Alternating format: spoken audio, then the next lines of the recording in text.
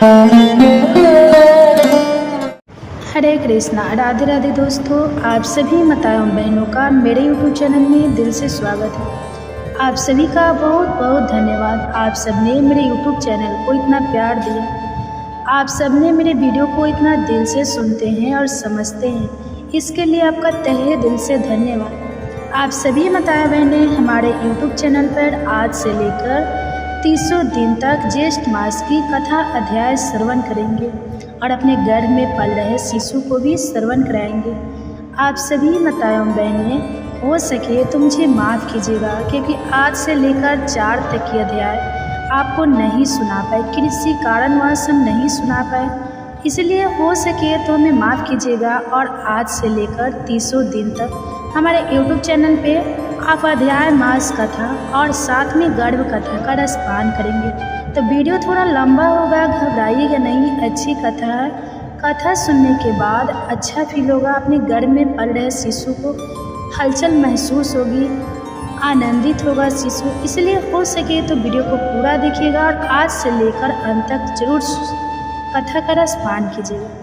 तो आइए बड़े ही प्रसन्नचित्त मन से इस कथा की रसपान करते हैं। वीडियो अच्छी लगेगी तो वीडियो को लाइक कीजिएगा और चैनल पर नए हैं तो चैनल को सब्सक्राइब करके बेल आइकन को ऑन कर लीजिएगा और हो सके तो ज़्यादा से ज़्यादा शेयर कीजिएगा, ताकि क्या पता किसी और माँ के गर्भ में भी कान्हा जैसा पुत्र पाने की इच्छा हो। तो आइए श्रवण करते हैं। जय श्री राधे कृष्ण। आप सभी का दिन शुभ और मंगलमय और भगवान श्री नारायण की कृपा आप पर सदा बनी रहे। आज सुनेंगे ज्येष्ठ मास महात्म्य का अध्याय 5। अब प्रारंभ करते हैं आज का अध्याय। आज के अध्याय में आप जानेंगे भगवान सूर्य की महिमा, विभिन्न रीतियों में उनके अलग अलग वर्ण तथा उनके फल, और भगवान सूर्य का अभिषेक एवं उनकी रथ यात्रा का वर्णन। भगवान रुद्र ने कहा, ब्राह्मण आपने भगवान सूर्य नारायण के महात्म्य का वर्णन किया, जिसके सुनने से हमें बहुत आनंद मिला। कृपा कर आप उनके महात्म्य का और वर्णन कीजिए। तब ब्रह्मा जी ने बोला, हे रुद्र, इस सचराचर त्रैलोक्य के मूल भगवान सूर्य नारायण ही है। देवता, असुर, मानव आदि सभी इन्हीं से उत्पन्न होते हैं। इंद्र, चंद्र, रुद्र, ब्रह्मा, विष्णु तथा शिव आदि जितने भी देवता हैं, सब में इन्हीं का तेज व्याप्त है। अग्नि में विधि पूर्वक दी हुई आहुति सूर्य भगवान को ही प्राप्त होती है। भगवान सूर्य से ही वर्षा होती है, वर्षा से अन्न आदि उत्पन्न होते हैं, और यही अन्य प्राणियों का जीवन है।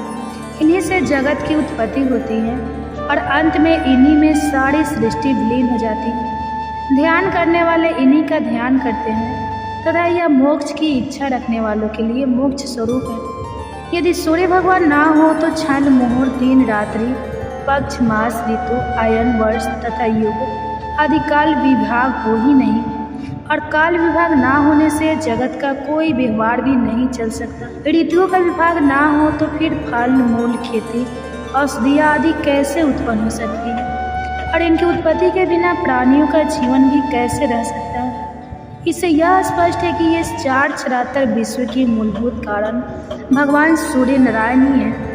सूर्य भगवान बसंत ऋतु में कपिल वर्ण, ग्रीष्म ऋतु में तप्त स्वर्ण के समान, वर्षा ऋतु में श्वेत, शरद ऋतु में पांडु वर्ण, हेमंत में क्राम वर्ण और शिशिर ऋतु में रक्त वर्ण के होते हैं। इन वर्णों का अलग अलग फल है। हे रुद्र भगवान, उससे अब आप सुनिए। यदि सूर्य भगवान असमय में कृष्ण वर्ण के हो तो संसार में भय होता है। ताम्र वर्ण के हो तो सेनापति का नाश होता है। पीत वर्ण के हो तो राजकुमार की मृत्यु, श्वेत वर्ण के हो तो राजपुरोहित का ध्वंस, और चित्री अथवा ध्रुव वर्ण के होने से चोर और शस्त्र का भय होता है। परंतु ऐसा वर्ण होने के बाद भी यदि वर्षा हो जाती है तो अनिष्ट फल नहीं होते। तब भगवान रुद्र ने पूछा, ब्राह्मण भगवान सूर्य की रथ यात्रा कब और किस विधि से की जाती है? रथ यात्रा करने वाले रथ को, खींचने वाले रथ को, वहन करने वाले रथ के साथ जाने वाले, और रथ के आगे नृत्य गान करने वाले एवं रात्रि जागरण करने वाले पुरुषों को क्या फल प्राप्त होता है? इसे आप लोक कल्याण के लिए विस्तार पूर्वक बताइए। ब्रह्मा जी कहने लगे, हे रुद्र भगवान, आपने बहुत उत्तम प्रश्न किया है। अब मैं इसका वर्णन करता हूँ, आप इसे एकाग्र मन से सुनें। भगवान सूर्य की रथ यात्रा और इंद्र उत्सव, यह दोनों जगत के कल्याण के लिए मैंने प्रवर्तित किए हैं। जिस देश में ये दोनों महोत्सव आयोजित किए जाते हैं, वहाँ दुर्भिक्ष आदि उपद्रव नहीं होते और ना चोरी आदि का कोई भय रहता है। इसलिए अकाल आदि उपद्रवों की शांति के लिए इन उत्सव को मनाना चाहिए। मार्गशीर्ष मास के शुक्ल पक्ष की 7वीं तिथि को घी के द्वारा भगवान सूर्य को श्रद्धापूर्वक स्नान कराना चाहिए। ऐसा करने वाला पुरुष सोने के विमान में बैठकर अग्नि लोक को जाता है और वहाँ दिव्य भोग प्राप्त करता है। जो व्यक्ति शक्कर के साथ साली चावल का भात, मिष्टान और चित्रवर्ण के भात को भगवान सूर्य को अर्पित करता है, वह ब्रह्मलोक को प्राप्त होता है। जो प्रतिदिन भगवान सूर्य को भक्ति पूर्वक घी का उपटन लगाता है, वह परम गति को प्राप्त करता है।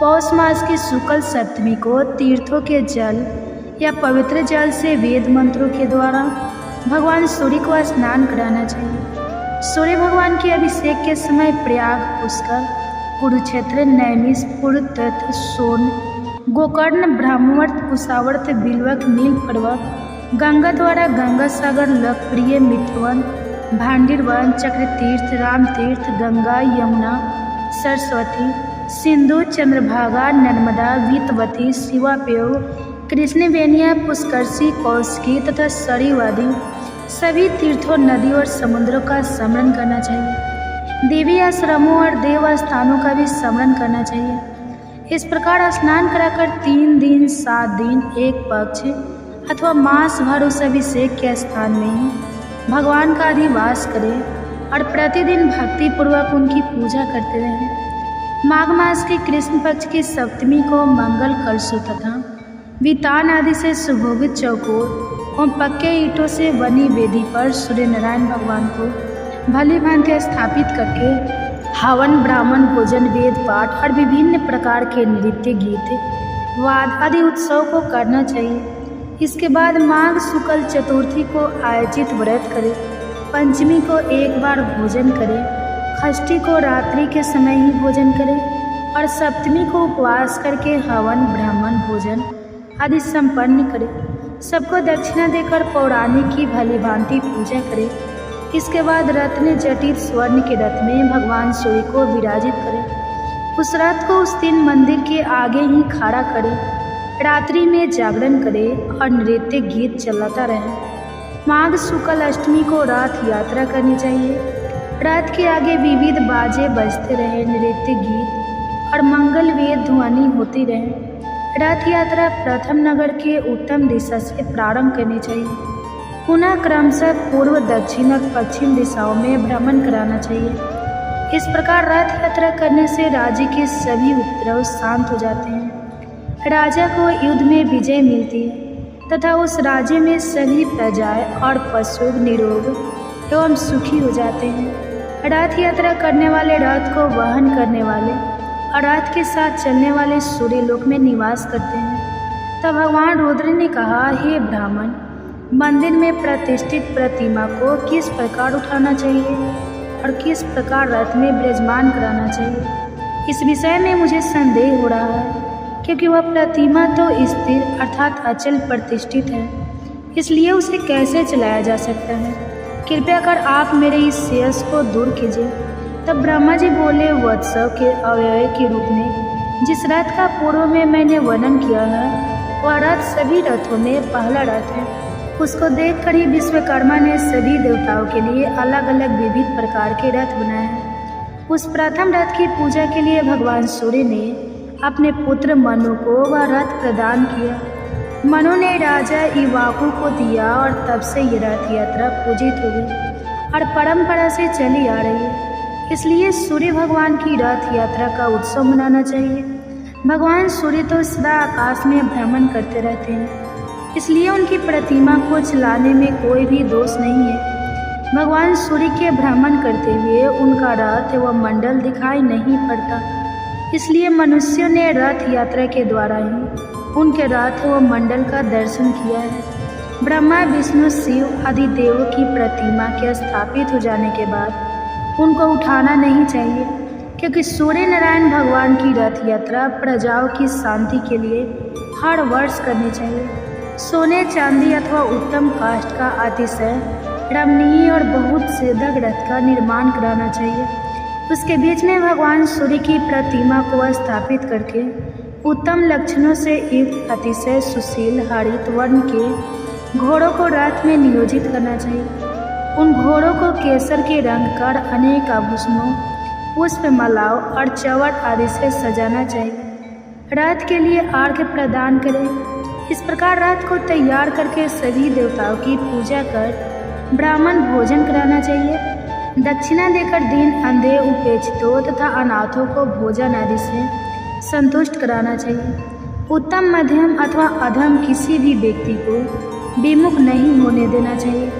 रथ यात्रा स्वरूप इस सूर्य महायोग में भूख से पीड़ित बिना भोजन किए यदि कोई व्यक्ति भागरे आशा वाला होकर लौट जाता है तो इस दुष्कृत से उसके घर सर्वश्रेष्ठ पितरों का अधपतन अर्थात नाश हो जाता है। इसलिए सूर्य भगवान के इस यज्ञ में भोजन और दक्षिणा से सबको संतुष्ट कराना चाहिए, क्योंकि बिना दक्षिणा के यज्ञ प्रस्त नहीं होता।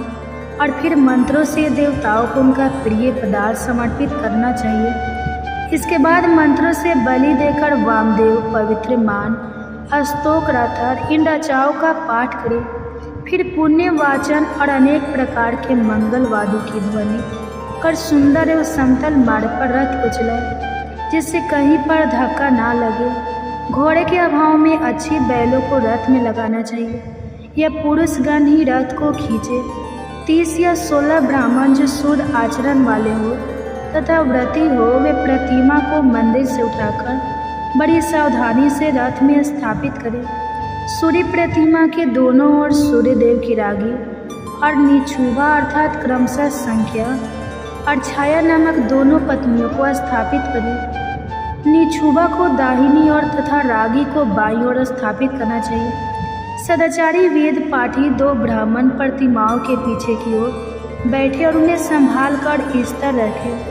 सारथी भी कुशल रहना चाहिए। स्वर्ण दंड से सजा हुआ छत्र रथ के ऊपर लगाए। अतिशय सुंदर रत्नों से जटित स्वर्ण दंड से युक्त ध्वजा रथ पर चढ़ाए, जिसमें अनेक रंगों की 7 पताकाएं लगी हुई। रथ के आगे के भाग में सारथी के रूप में ब्राह्मण को बैठाना चाहिए। श्रद्धा रहित व्यक्ति को रथ के ऊपर नहीं चढ़ाना चाहिए, क्योंकि जो श्रद्धा रहित व्यक्ति रथ पर आरूढ़ होता है तो उसकी सततें नष्ट हो जाती हैं। ब्राह्मण, क्षत्रिय और वैश्य को ही रथ के वहन करने का अधिकार है। अपने स्थान से चलकर सबसे पहले रथ को उत्तर द्वार पर ले जाना चाहिए। वहाँ 1 दिन तक रथ की पूजा करें और विविध नृत्य, गीत आदि उत्सव, वेद पाठ तथा पुराणों की कथा होनी चाहिए। वहाँ ब्राह्मण भोजन भी कराना चाहिए। नवमी के दिन रथ चलाकर पूरे द्वार पर ले जाए। 1 दिन वही रहे, तीसरे दिन दक्षिण द्वार पर रथ ले जाए तथा चौथे दिन पश्चिम द्वार पर रथ को ले जाए। वहाँ के नगर के मध्य में रथ को ले जाए। वहाँ पूजन और उत्सव करें। द्वीप मालिका प्रज्वलित करे, ब्राह्मण को दान दे और भोजन करें। इसके बाद वहाँ से मंदिर में रथ को ले जाना चाहिए। वहाँ नगर के सभी लोग मिलकर पूजन और उत्सव करें। 1 दिन रात रथ में ही प्रतिमा रहे। दूसरे दिन भगवान सूर्य की प्रतिमा को रथ से उतारकर बड़ी धूमधाम से मंदिर में स्थापित करें। इस प्रकार 7वीं से त्रयोदशी तिथि तक रथ यात्रा होनी चाहिए और चतुर्दशी को प्रतिमा पूर्व स्थापित कर दी जाती है। इस रथ यात्रा के करने से सभी विघ्न बाधाएं निर्वित हो जाती हैं। जय श्री कृष्णा। आज का अध्याय यही समाप्त हुआ। इसके आगे का वृत्तांत आप अगले अध्याय में सुनिएगा। अब आप सुनिए गर्भ कथा। कृष्ण के जन्म के समय की स्तुति। तो माताओं बहनें, आपसे अनुरोध है कि वीडियो को लाइक कीजिएगा और चैनल पर नए हैं तो चैनल को सब्सक्राइब करके बेल आइकन को ऑन कर लीजिएगा, ताकि ऐसे ही वीडियो के नोटिफिकेशन आप सभी के पास सबसे पहले पहुंचे।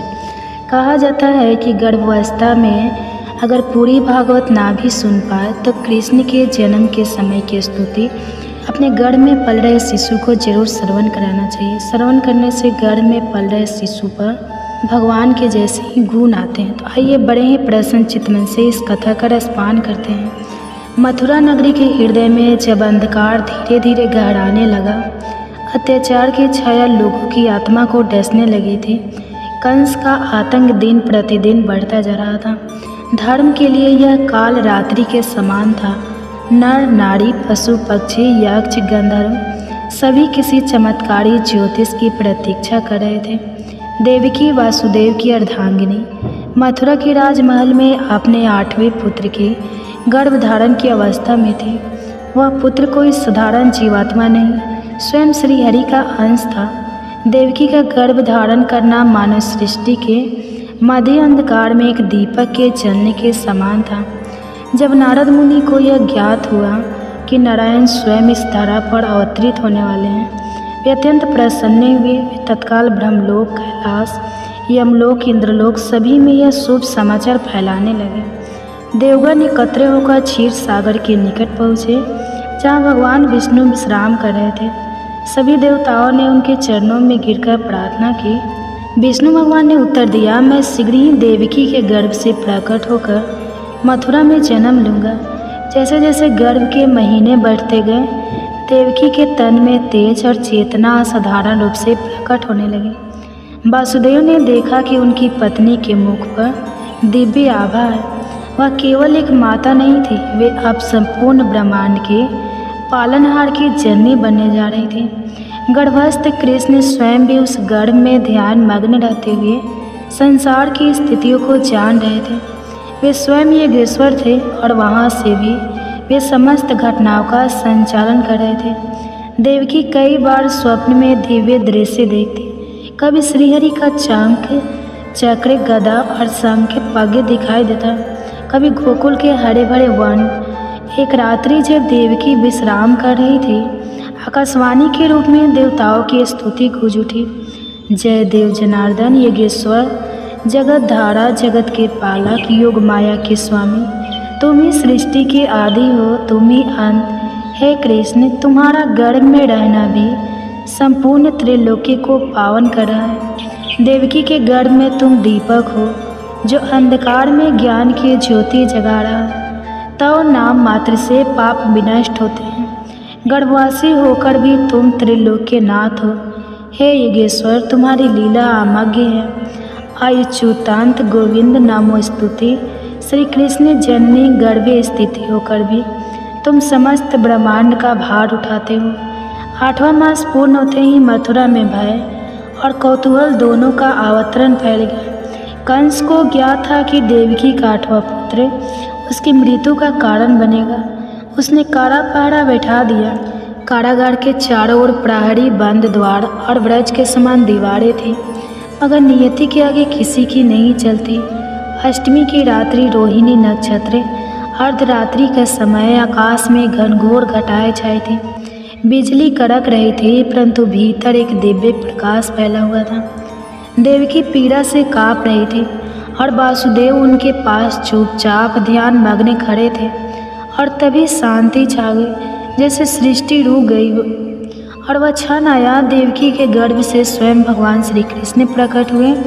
उनका स्वरूप दिव्य था, नवनीत के समान गीरा रंग, गोरा रंग, कमल नयन, सिर पर घुंघराले बालों में मोर मुकुट, गले में बैजंती माला, हाथों में शंख, चक्र, गदा और पग। वासुदेव और देवकी आवक रह गए। उनकी आंखों से आंसू बहने लगे। उन्होंने हाथ जोड़कर स्तुति की, हे श्री कृष्ण परमात्मा, परम कारण जगत, तव भक्तना रक्षस। हे प्रभु, आपने माता यशोदा के गर्भ में भी स्थान बनाया और आज हमारे गर्भ को पावन किया। आप ही वह दिव्य ज्योति हो जो अज्ञान के अंधकार को दूर करने आए हो। आपका यह जन्म लीला है, पर हर भक्त के लिए यह जीवन का सच्चा प्रकाश है। भगवान श्री कृष्ण ने माता पिता को आदेश दिया, मुझे गोकुल ले जाइए और वहाँ यशोदा के पास छोड़ आइए। योग माया मेरी स्थान लेगी। अचानक कारागार के सभी ताले खुल गए। पहरेदार निद्रित हो गए और यमुना मैया मार्ग देने को फूली सी सेज बन गई। वासुदेव ने श्री कृष्ण को टोकरी में रखकर गोकुल की ओर प्रस्थान किया। वर्षा हो रही थी, पर शेष नाग के फन फैलाकर उस दिव्य बालक को सुरक्षा दी। यमुना जी ने वासुदेव के चरण छूकर उन्हें मार्ग दिया। गोकुल पहुंचकर वासुदेव ने यशोदा के पास सो रही कन्या को लेकर श्री कृष्ण को वहां छोड़ दिया और लौट आए। गोकुल में सुबह का समय जब यशोदा ने आंखें खोली तो देखा कि उनके पास एक परम सुंदर बालक शांति से लेटा है। उनका हृदय ममता से भर गया। उन्होंने उसे अपने स्तनों से दूध पिलाया और नाम रखा कन्हैया। श्री कृष्ण की बाल लीला शीघ्र ही प्रारंभ हो गई। वह अपने बालपन में ही अपनी मोहक मुस्कान, आँखों की चंचलता और अद्वितीय सौंदर्य से सबका मन मोहने लगे। गोपियाँ उन्हें निहारते न आघाते अत्याचार की प्रतीक राक्षसी पूतना को कंस ने भेजा। वह सुंदरी रूप में आई और कृष्ण को दूध पिलाने के बहाने विष का स्थल लेकर पास पहुँचे, परंतु श्री कृष्ण ने अपने मुख से उसका प्राण ही खींच लिया। राक्षसी वही ढेर हो गई। गोकुल में यह पहली बार था जब सबको ज्ञात हुआ कि यह बालक साधारण नहीं है। एक बार ब्रह्मा जी स्वयं श्री कृष्ण की लीला देखने आए। उन्होंने ग्वाल बाल और बछड़ों को छिपा दिया। श्री कृष्ण ने सबका रूप स्वयं धारण किया। ब्रह्मा ने अपनी मूल मानते हुए स्तुति की। ओम नमो भगवते वासुदेवाय नमो, ज्ञान मात्राय निर्गुणाय निर्गुणात्मने। प्रकट रूप में खेलते हुए भी आप अचिंत्य हैं, बालक रूप में लीला करते हुए भी आप साक्षात ब्रह्मा हैं। श्री कृष्ण का जन्म केवल एक घटना नहीं बल्कि पूरे युग के पूर्ण निर्माण की शुरुआत थी। उनका गर्भस्थ रहना, जन्म लेना और बाल लीला जो कृष्ण गर्भ में देवकी के हृदय को आलोकित करते हैं, वही आज भी भक्तों के हृदय में श्रद्धा का दीप जलाते हैं। उनकी स्तुति कलातीत है। उनका नाम मात्र ही मोक्ष का मार्ग है। नमन उस योगेश्वर को जो कभी बालक बनकर इस धारा पर उतरे। एक गर्भ कथा। अगर वीडियो अच्छी लगेगी तो वीडियो को लाइक कीजिएगा और चैनल पे नए हैं तो चैनल को सब्सक्राइब कर लीजिएगा और कमेंट्स में हरे कृष्णा राधे राधे जरूर लिखिएगा। और हो सके तो ज़्यादा से ज़्यादा आप अपने फैमिली फ्रेंड के साथ शेयर भी कीजिएगा। गर्भ गीता केवल एक ग्रंथ नहीं बल्कि यह जीवन के गढ़ रहस्य को प्रकट करने वाला दिव्य प्रकाश है, जो आत्मा को जन्म मरण के बंधनों से मुक्त कर मोक्ष के पावन पथ पर ले जाता है। स्वयं भगवान श्री कृष्ण कहते हैं, जो श्रद्धा और भक्ति से गर्भ गीता का मनन करता है वह संसार के बंधनों से मुक्त होकर परम शांति को प्राप्त करता है। यह ग्रंथ न केवल आत्मशुद्धि का दीप जलाता है बल्कि गर्भवती माताओं के लिए भी अमृत के समान है। ऐसा विश्वास है कि जो माँ गर्भकाल में श्रद्धा से गर्भ गीता का श्रवण करती है, उसका शिशु न केवल संस्कारी और तेजस्वी होता है बल्कि दिव्यता से भरकर समाज के लिए प्रेरणा बनता है। यदि आप भी इस अद्भुत ज्ञान की रोशनी अपने जीवन और भावी संतानों में भरना चाहते हैं तो अभी वंदना काव्या चैनल को सब्सक्राइब करें और प्रेम पूर्वक लाइक करें, श्रद्धा से सब्सक्राइब करें और इस दिव्य संदेश को शेयर करके औरों तक पहुंचाएं, क्योंकि ज्ञान जब बांटा जाता है तभी वह संस्कार बनता है। श्री कृष्ण अर्जुन से कहते हैं, जब कोई आत्मा माँ के गर्भ में आती है तो वह मांस, मज्जा और रक्त से घिरी होती है। छठे महीने तक जब उसका शरीर विकसित होने लगता है तब उसे असहनीय पीड़ा का अनुभव होता है। उस अंधकारमय, संकुचित और पीड़ादायक स्थान में वह आत्मा कड़ा उठती है और ईश्वर से विनती करती है, हे प्रभु, कौन सा पाप किया था मैंने जो मुझे फिर से इस अंधेरे गर्भ में आना। उस क्षण आत्मा को अपने सारे बुरे कर्म याद आते हैं। वह पश्चाताप करती है, आंसू बहाती है और ईश्वर से प्रार्थना करती है कि वह इस मोह और दुख से भरे संसार में जन्म ना दे। लेकिन ईश्वर मौन रहते हैं, क्योंकि उसका जन्म उसके ही कर्मों के अनुसार निश्चित होता है। श्री कृष्ण कहते हैं, गर्भ की पीड़ा मृत्यु लोक से भी अधिक होती है। यह वह आग है जिसमें आत्मा अपने ही कर्मों की तपन से झुलसती है। वह आत्मा संकल्प करती है कि जन्म के बाद वह सच्चा जीवन जिएगी, ईश्वर का स्मरण करेगी, पुण्य कर्म करेगी। लेकिन जैसे जैसे जन्म समीप आता है वह सब कुछ भूलने लगती है और जन्म लेते ही सब भुला दिया जाता है। फिर से वही मोह, वही माया, वही भटकाव और पुनः जीवन कर्मों के उसी चक्रव्यूह में उलझ जाता है। गर्भ गीता में उस दिव्य सत्य का स्मरण कराती है जिसे आत्मा ने गर्भ में अनुभव किया था, एक बार फिर उस प्रकाश की ओर लौटने के लिए जहाँ से हम आए थे और जहाँ हमें लौटना है। गर्भ गीता केवल एक शास्त्र नहीं बल्कि मानव जीवन का दर्पण है। यह हमें यह समझने में सहायता करता है कि हमारे कर्म ही हमारे भविष्य की नींव है। यह ग्रंथ न केवल हमें आत्मज्ञान की ओर ले जाता है बल्कि हमारे जीवन को सच्चे अर्थों में सार्थक और प्रकाशमय बनाता है। गर्भ संस्कार की भक्ति और प्रभाव हमारे प्राचीन ग्रंथों में बार बार दर्शाए गए हैं। महाभारत में वीर अभिमन्यु इसका अनुपम उदाहरण है। जब अर्जुन सुभद्रा को युद्ध की एक जटिल रचना चक्रव्यूह को भेदने की विधि समझा रहे थे, तब गर्भ स्थित अभिमन्यु ने वह सवाल ध्यान पूर्वक सुना और वही ज्ञान वह दिव्य श्रवण भविष्य में क्षेत्र के रणभूमि में उसकी शक्ति बनकर प्रकट हुई। इसी प्रकार मार्कंडेय पुराण में सती मदालसा का वर्णन आता है, एक ऐसी दिव्य माता जो अपने गर्भस्थ शिशु को ज्ञान, विवेक और वैराग्य के संस्कारों से पोषित करती थी। वे अपनी संतान के गुण, स्वभाव और चरित्र को उसी समय गढ़ देती थी जब वह केवल गर्भ में था। उनकी गोद में जन्म लेने वाला हर शिशु मुनियों जैसा शांत, ज्ञानी और सत्य पाठ का अनुयायी होता।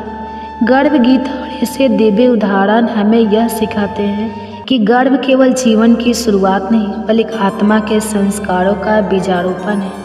यदि हम इस पावन ज्ञान को अपनाएं तो आने वाली पीढ़ियां न केवल संस्कारी होगी बल्कि समाज और संसार के लिए एक दिव्य प्रकाश बनेगी। विष्णु पुराण में प्रहलाद का उल्लेख आता है जो राक्षस कुल में जन्मे, लेकिन उनकी माता गर्भावस्था के दौरान देवर्षि नारद के आश्रम में रही और विष्णु भक्ति का श्रवण किया। परिणाम स्वरूप प्रहलाद जन्म से ही विष्णु के परम भक्त बन गए और अधर्म के विरुद्ध खड़े हुए। गर्भ गीता के प्रारंभ में अर्जुन भगवान से यही प्रश्न करते हैं कि आत्मा का बार बार जन्म क्यों होता है, इस जीवन में उसके कर्तव्य क्या है, किन पाप कर्मों के कारण वह अनेक दुख भोगता है और किन पुण्य कर्मों से वह जीवन में सुख प्राप्त करता है, अथवा कौन सा मार्ग है जिससे वह मोक्ष को प्राप्त करता है। अर्थात वह आत्मा का भगवान में लीन होकर जन्म मरण के बंधनों से मुक्त होती है। लेकिन जिन्हें मुक्ति नहीं मिलती उन्हें विभिन्न योनियों में जन्म लेकर अपने पूर्व जन्मों के अच्छे बुरे कर्मों का फल भोगना पड़ता है। भगवान श्री कृष्ण मंद मुस्कान के साथ कहते हैं, हे अर्जुन, सच्चा भक्त वह नहीं जो केवल शब्दों में मेरा नाम लेता है, बल्कि वह है जो अपने हृदय में संपन्न की ज्योति प्रज्वलित करता है, जो अपने कर्मों को मेरी भक्ति में अर्पित करता है, जो मोह और अहंकार से मुक्त होकर प्रेम और सेवा के मार्ग पर चलता है। वही मेरा सच्चा भक्त है, जो मुझे केवल मंदिरों में नहीं बल्कि प्रत्येक जीव में देखता है, जो किसी को अपने से ना ऊंचा मानता है ना नीचा, जो निंदा और प्रशंसा से परे रहता है, वही वास्तव में मेरे चरणों का अधिकारी है। श्री कृष्ण की इन वाणी से अर्जुन के हृदय में भक्ति की लहरें उमड़ पड़ी। उसने श्रद्धा से सिर नवाया और निवेदन किया, हे माधव, फिर यह संसार अज्ञान में क्यों भटकता है, क्यों यह मोह माया में उलझता, इतना दुख सहता है। श्री कृष्ण बोले, हे पार्थ, यह संसार मोह का जाल है। मनुष्य अपने ही कर्मों में उलझकर जन्म और मरण के चक्र में फंस जाता है। जिसे वह सुख मानता है वही अंतर दुख का कारण बनता है। जिस दिन यह समझ जाएगा कि ना कुछ उसका था और ना कुछ उसका रहेगा, बस वही क्षण उसके मोक्ष की ओर पहला कदम होगा। श्री कृष्ण के इन वचनों ने अर्जुन के अंतःकरण को शुद्ध कर दिया। वह समझ गया कि संसार में सच्ची शांति केवल ईश्वर की शरण में जाकर अहंकार और माया का त्याग करने से ही संभव है। यह सुनकर अर्जुन गहन चिंतन में डूब गया। उसे भली भांति ज्ञात हो गया कि मनुष्य का भाग केवल उसके ही कर्मों की परिणति है। वह आगे बोला, हे केशव, यदि कर्म ही सब कुछ तय करते हैं तो क्या मनुष्य अपने कर्म बदलकर अपना भाग्य भी बदल सकता है? श्री कृष्ण ने स्नेहपूर्वक उत्तर दिया, हे पार्थ, निस्संदेह मनुष्य अपने सत्कर्मों के द्वारा अपने मनुष्य भविष्य को रूपांतरित कर सकता है। जैसे कोई अंधकार से प्रकाश की ओर बढ़ता है, वैसे ही कोई अपने दुष्कर्मों को त्याग कर पुण्य के पथ पर अग्रसर हो सकता है। जो अपने कर्म सुधार लेता है वही अपने जीवन में सुख और शांति प्राप्त करता है। अर्जुन की जिज्ञासा और भी प्रबल हो उठी। उन्होंने निवेदन किया, हे प्रभु, वह कौन सा कर्म है जो मनुष्य को सबसे उच्च स्थिति तक पहुंचा देता है, और वह कौन सा पाप है जिसके कारण उसे नरक की यातनाएं सहनी पड़ती हैं? श्री कृष्ण बोले, हे धनंजय, जो व्यक्ति परोपकार करता है, दूसरे के दुख हरता है, अपनी संपत्ति का उपयोग जन कल्याण में करता है और कभी असत्य, छल या अन्याय का मार्ग नहीं अपनाता, वह ऊंच लोकों को प्राप्त करता है और अतः मोक्ष को प्राप्त करता है। परंतु जो व्यक्ति लोभ, अधर्म और अन्याय में डूबा रहता है, जो दूसरे की संपत्ति हड़पता है और जो झूठ तथा कपट के सहारे अपनी इच्छाएं पूरी करता है, वो अपने पापों के कारण नरक की यातनाएं भोगता है। श्री कृष्ण के इन वचनों ने अर्जुन के अंदर को आलोकित कर दिया। वे भाव विभोर होकर बोले, हे माधव, अब मैं जान गया कि जीवन का सबसे बड़ा धर्म सत्य, सेवा और धर्म का पालन है। जिसने इसे स्वीकार कर लिया वही सच्चे सुख को प्राप्त करता है। श्री कृष्ण मुस्कुराए और बोले, हे अर्जुन, यही परम सत्य है। जो इस ज्ञान को अपने जीवन में उतार लेता है वही जन्म मरण के बंधनों से मुक्त होकर परम शांति को प्राप्त करता है। फिर भगवान श्री कृष्ण के मुखमंडल पर गंभीरता छा गई। वे बोले, हे अर्जुन, यह समस्त संसार कर्म के बंधनों से बंधा हुआ है। हर जीव अपने पूर्व जन्मों के कर्मों का ही फल भोगता है। अर्जुन की जिज्ञासा और भी बढ़ गई। उन्होंने पूछा, हे प्रभु, रक्त विकार उत्पन्न होने का क्या कारण होता है? भगवान श्री कृष्ण ने उत्तर दिया, हे पार्थ, जो पुरुष प्राय स्त्रियों के साथ कपट करता है, जो अपने सुख और संपत्ति के लिए दूसरों का अपमान करता है, वह अगले जन्म में रक्त विकार जैसी पीड़ाओं से ग्रस्त होता है। अर्जुन ने पुनः पूछा, हे माधव, कोई व्यक्ति निर्धन क्यों जन्म लेता है? श्री कृष्ण बोले, हे अर्जुन, जो मनुष्य कभी भी दान नहीं करता, जो अपने धन को केवल अपनी सुख सुविधा में लगाता है और किसी भी सहायता नहीं करता, वह अगले जन्म में निर्धनता का जीवन पाता है। उसका भाग्य उसे दरिद्रता की ओर ले जाता है। अर्जुन का मन व्याकुल हो उठा। उन्होंने आगे प्रश्न किया, हे केशव, खंड, वायु, लकवा किस पाप का फल होता है? श्री कृष्ण ने उत्तर दिया, हे धनंजय, जो व्यक्ति अपने माता पिता का अपमान करता है, उनका तिरस्कार करता है और उनकी सेवा नहीं करता, उसे अगले जन्म में खंड, वायु का दंड भोगना पड़ता है। अर्जुन की आंखों में श्रद्धा छलकने लगी। उन्होंने फिर पूछा, हे प्रभु, कोई जन्म से अंधा या अपाहिज क्यों होता है? भगवान श्री कृष्ण बोले, हे अर्जुन, जो व्यक्ति जीवन में अन्याय करता है, जो किसी निर्देश के नेत्रों में आंसू लाता है, जो किसी की टांगें तोड़ने या उसे अपाहिज बनाने का अपराध करता है, वह अगले जन्म में स्वयं अंधवंतर या अपांगता का कष्ट झेलता है। अर्जुन का हृदय पीड़ा से भर उठा। वे बोले, हे प्रभु, कुछ स्त्रियां बाल विधवा क्यों होती हैं? श्री कृष्ण उत्तर देने लगे, हे अर्जुन, जो स्त्रियां अपने पति के साथ छल करती हैं, जो अपने जीवन को झूठ और कपट से चलाती हैं, वे अगले जन्म में बाल विधवा बनती हैं। ऐसे कर्म उन्हें दुख और पीड़ा के पथ पर ले जाते हैं। अर्जुन ने एक लंबी सांस ली और पूछा, हे माधव, यदि कर्म ही सर्वश्रेष्ठ है तो क्या मनुष्य अपने कर्मों को बदलकर अपने भविष्य को भी बदल सकता है? श्री कृष्ण मुस्कुराए और बोले, हे पार्थ, निसंदेह जो व्यक्ति अपने कर्मों को सुधार लेता है, जो सत्य, धर्म और सेवा के मार्ग पर चलता है, वह अपने जीवन को उज्जवल बना सकता है। इस संसार में एक ही अपरिवर्तनीय सत्य है, कर्म जो जैसा करता है वैसा ही फल प्राप्त करता है। अर्जुन ने हाथ जोड़ते हुए कहा, हे प्रभु, आपने जो ज्ञान दिया उसने मेरे अंतःकरण को शांति से भर दिया है। अब मैं जान गया हूँ कि जीवन में सबसे बड़ा धर्म भक्ति और सेवा है।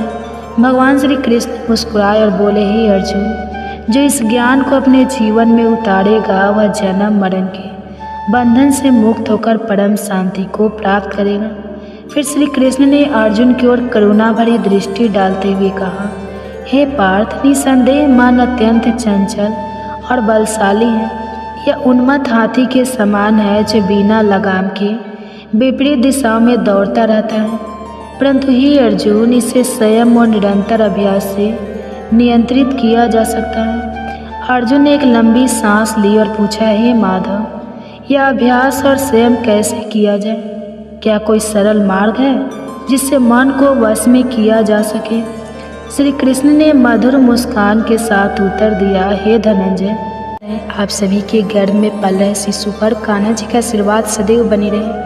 आज आप हमारे चैनल पे श्रवण करेंगे गर्भ कथा। हमारे पुराणों में अनेक प्रसिद्ध कथाएं हैं जो मनुष्य को जीवन की सही राह दिखाने में मदद करती हैं। आज ऐसे ही एक संपूर्ण कथा आपको सुनाने जा रही हूँ, जिसे गर्भ में संतान सुनकर अनेक शिक्षाओं के साथ प्रसन्नता तो पाएंगे ही, साथ ही माताएं समझ पाएगी कि गर्भकाल की शिक्षा का कितना अधिक महत्व होता है। तो आइए प्रारंभ करते हैं। उससे पहले हम कथा प्रारंभ करें, आप कथाओं में खो जाए उससे पहले माताओं एवं बहनें, आपसे अनुरोध है कि वीडियो अच्छी लगेगी तो वीडियो को लाइक कीजिएगा और चैनल पे नए हैं तो चैनल को सब्सक्राइब करके बेल आइकन को ऑन कर लीजिएगा, ताकि ऐसे ही गर्भ कथा का नोटिफिकेशन आप सबके पास सबसे पहले पहुँचे। और हो सके तो ज़्यादा से ज़्यादा शेयर कीजिएगा। और वीडियो अच्छी लगेगी तो कमेंट्स में हरे कृष्णा राधे राधे जरूर लिखिएगा। तो आइए प्रारंभ करते हैं। जब भगवान बराह ने पृथ्वी को समुद्र से बाहर निकाल हिरण्यकश्यप को मारकर पृथ्वी को आतंक से मुक्त किया था, तब उसका भाई हिरण्यकश्यप बहुत गुस्सा हुआ। उसने तय किया कि वह अपने भाई का प्रतिशोध अवश्य लेगा। उसने खुद को अजय और अमर बनाने के लिए हिमालय पर जाकर घोर तपस्या आरंभ की। उसे कठिन तप करता देख इंद्र भी घबराने लगे। उन्होंने दैत्यों की राजधानी पर हमला कर दिया। जब जाना हिरण्यकश्यप की पत्नी गर्भवती है तो उसे भी बंदी बना लिया। सोचा राक्षस का पुत्र राक्षस बनेगा और आगे चलकर हमारे लिए मुश्किल उत्पन्न करेगा। हिरण्यकश्यप वहाँ था नहीं, इसलिए दैत्य हारकर भागने लगे।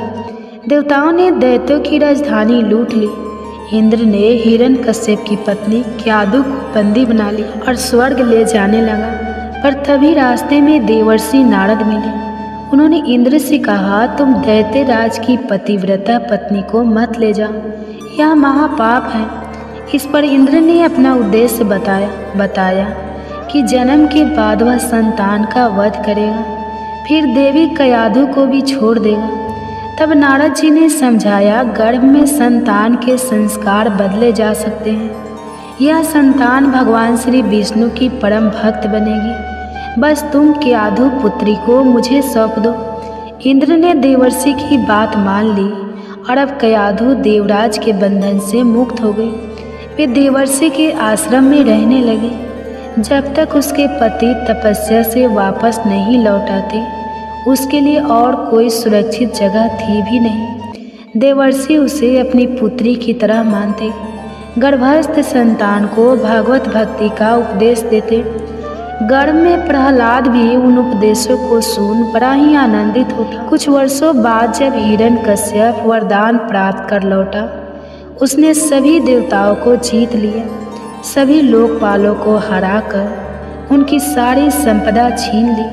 भगवान से उसे विरोध था, इसलिए ऋषियों को परेशान करता यज्ञ रोक दिए। धर्म के खिलाफ खड़ा हो गया। सब तरह सिर्फ उसे ही भगवान के समान पूजने की आज्ञा थी। इधर पुत्र प्रहलाद और पत्नी भी अब उसके पास लौट आए थे। प्रहलाद की शिक्षा के लिए उसने अपने गुरु शुक्राचार्य के पास उसे भेजा, और तब शुक्राचार्य जी तपस्या में व्यस्त थे, इसलिए गुरु के पुत्र सन और अम्बरक उसे शिक्षा देने लगे। एक दिन प्रहलाद वापस घर आए। माँ ने खूबसूरत वस्त्रों से सजाया, पिता ने गोद में बैठाया, फिर उससे पूछा कि तुमने अभी तक क्या सीखा है। तब प्रहलाद उत्तर देते हैं, पिताजी सभी लोग संसार में मोहित रहकर उद्विग्न रहते हैं। मेरा मानना है कि हमें अंतःकरण में श्री हरि की शरण लेनी चाहिए। हिरण्यकश्यप जोर से हंस पड़ा। उसे लगा कोई दुश्मन उनके पुत्र प्रहलाद को यह ज्ञान सिखा रहा है। उन्होंने अपने गुरु के पुत्रों से कहा, तुम्हें प्रहलाद को सुधारना होगा, उसे दैत्य कुल के उचित आदर्श, धर्म और काम की शिक्षा दो। गुरु के पुत्र ने प्रहलाद को अपने पास बुलाया और पूछा, तुमने यह अज्ञान कहाँ से सीखा? प्रहलाद मुस्कुराते हुए कहा, गुरुदेव इस दुनिया में हम भगवान की माया के चक्कर में बह रहे हैं। भगवान दयालु होते हैं। जब वह किसी पर अपनी दया बरसाते हैं तो वह इंसान के मन में बस जाते हैं। मेरे मन को उनकी अनंत कृपा ने उन परम पुरुष की ओर खींच लिया है। मेरे गुरु ने मेरे साथ बहुत मेहनत की है, मुझे ज्ञान का सही मार्ग दिखाया है। उन्हीं ने मुझे सच्ची शिक्षा दी है। उन्हीं ने मुझे अर्थशास्त्र, दंड नीति और राजनीति के बारे में भी सिखाया है। मैं अपने गुरु की शिक्षा को ध्यान से सीखता था।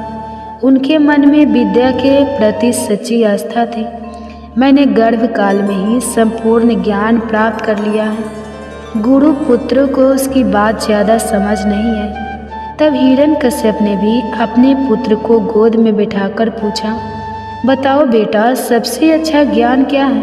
प्रहलाद ने कहा, मेरे अनुसार सर्वोत्तम ज्ञान वही है जो भगवान के गुणों और आचरणों को सुनने की प्रेरणा देता हो। उनकी लीलाओं और नामों का भजन, उनके श्री चरणों की सेवा, उनकी पूजा, उनकी स्तुति, उनके सामने दास बनना, उनसे दोस्ती करना, उनके प्रति अपनी आत्मा को समर्पित करने का भाव जगाता हूँ।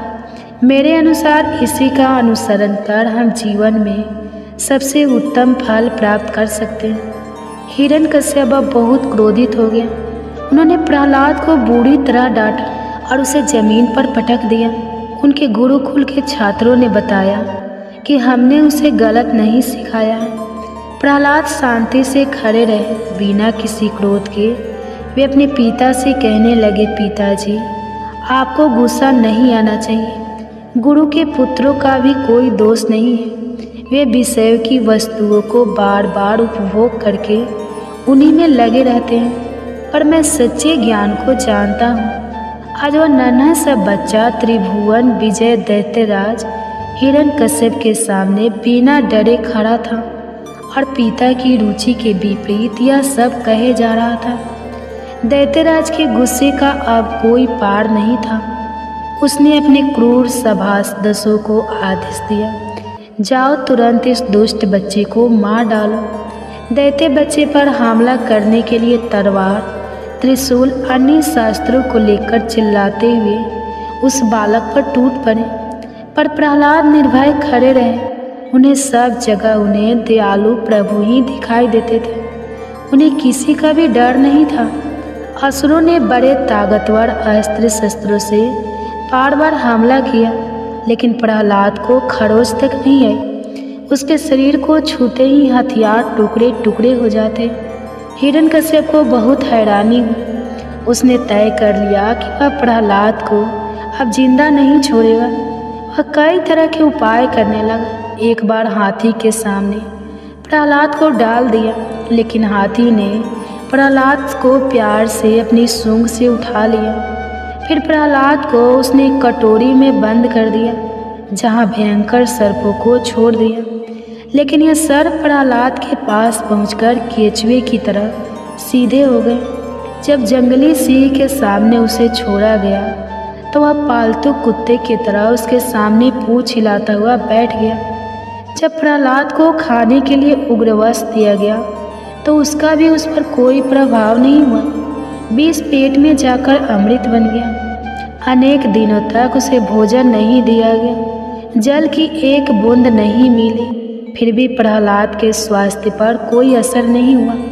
वे तो दिन पर दिन और भी मजबूत दिखाई दे रहे थे। उन्हें ऊंचे पर्वत से गिराया गया, पत्थरों के साथ बांधकर समुद्र में फेंक दिया गया, पर हर बार वे भगवान का नाम गुणगान करते हुए वापस लौटे। इतना सब होने पर हिरण्यकश्यप की बहन होलिका ने कहा, भैया मैंने तप करके एक विशेष वस्त्र पाए हैं। वे वस्त्र अग्नि में नहीं जलते, इसलिए मैं उन वस्त्रों को पहनकर प्रहलाद की गोद में लेकर अग्नि में बैठ जाऊंगी। तब देखते ही कौन सी माया उसे बचा पाएगी। हिरण्यकश्यप को प्रस्ताव पसंद आया और ऐसे ही व्यवस्था की गई। परंतु भगवान की लीला यहाँ भी सबने देखी। होलिका का वस्त्र उड़ गया और वह जलकर खाक हो गई। वही प्रहलाद का बाल भी बाका नहीं हुआ। उसने पुनः अपने पिता को समझाया, भगवान से नफरत करना बंद करो। भगवान नाम का प्रभाव देखो कि अग्नि भी मुझे शीतल लगती है। अभी भगवान श्री हरि का नाम लो और संसार के सारे तपों से मुक्त हो जाओ। राक्षस राजा हिरण्यकश्यप के साथ कई राक्षसों ने उसे माया के साथ डराने के अनेक प्रयोग किए, लेकिन प्रहलाद के सामने माया की भी एक नहीं चलती। जैसे ही वे अपनी आंखें उठाते, मायावी दृश्य समाप्त हो जाते। हिरण्यकश्यप अति क्रोध में भरकर प्रहलाद को सभा में बुलाते हैं और गुस्से में पूछते हैं, कहाँ है तेरा भगवान? क्या तुम इसे खंभे में भी देखते हो?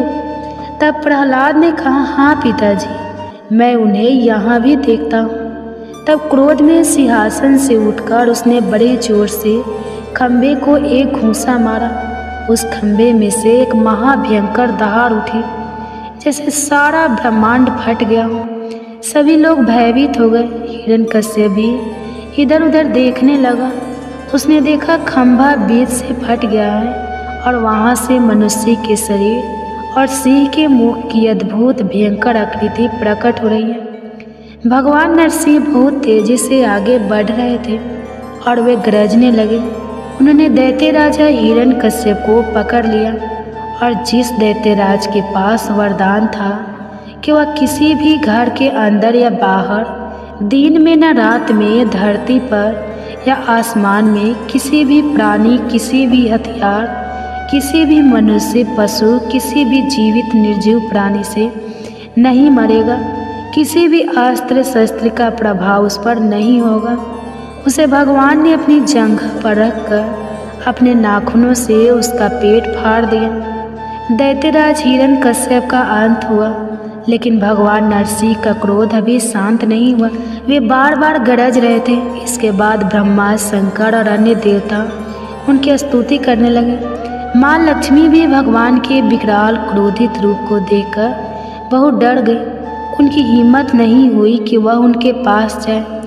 आखिर ब्रह्मा जी ने प्रहलाद को भगवान नरसिंह को शांत करने के लिए इशारा किया।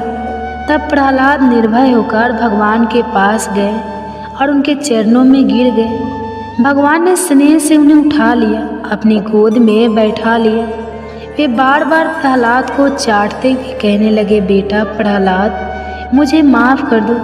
मुझे आने में बहुत देर हो गई, तुम्हें बहुत कष्ट सहना पड़ा, मुझे क्षमा कर दो। प्रहलाद का गला भर आया। आज त्रिभुवन के स्वामी उनके सिर पर अपना आशीर्वाद देकर उन्हें प्यार से छू रहे थे। प्रहलाद जी धीरे धीरे खड़े हुए। उन्होंने अपने हाथ जोड़कर भगवान की प्रशंसा की, बड़े भक्ति भाव से भगवान की महिमा गाई। आखिरकार भगवान ने उनसे एक वरदान मांगने के लिए कहा। प्रहलाद ने कहा, प्रभु आप वरदान देने की बात करके मेरी परीक्षा क्यों लेते हैं? वह जो अपने स्वामी की सेवा का पुरस्कार चाहता है वह तो व्यापार है। मैं तो सिर्फ सेवक हूँ आपका। मुझे किसी भी प्रकार की कोई भी पुरस्कार की इच्छा तक नहीं। मेरे नाथ, आपसे मेरी यही विनती है कि आप मुझे शुद्ध आशीर्वाद दें। मेरे दिल में कभी कोई इच्छा उठे ही ना, ऐसी आप कृपा करें। तभी भगवान के अनेक बार आग्रह पर प्रहलाद ने कहा, प्रभु मेरे पिता आपकी भक्ति नहीं करते थे, वे आपकी निंदा करते थे, उन्हें आप इस पाप से मुक्त कर दीजिए। तब भगवान ने कहा, प्रहलाद, जिस परिवार में मेरा भक्त होता है वह पूरे परिवार को पवित्र बना देता है। उनकी 21 पीढ़ियाँ मुक्त हो जाती हैं। मेरे भक्त का जन्म होने वाले स्थान को धन्य माना जाता है। वह स्थान पृथ्वी पर तीर्थ की तरह पूजा जाता है। इस प्रकार प्रहलाद भगवान के आशीर्वाद से कृतार्थ हुए। वास्तव में भगवान के अनन्य भक्तों में प्रहलाद का नाम सर्वोपरि माना जाता है। बाल्यकाल भक्ति में भी ध्रुव के से ऊपर माना जाता है, क्योंकि ध्रुव की इच्छा थी कि वे भगवान की गोद में, पर प्रहलाद की कभी कोई इच्छा नहीं थी। मेरे बच्चे, आशा है यह कथा तुम में भी भगवान के प्रति सच्ची आस्था और भक्ति के गुण को बढ़ाएगी। तुम अपने जीवन को एक उद्देश्यपूर्ण और सार्थक रूप से जी पाओगे। यही तुम्हारी माँ की मंगल कामना है। चलो अब तुम आराम करो।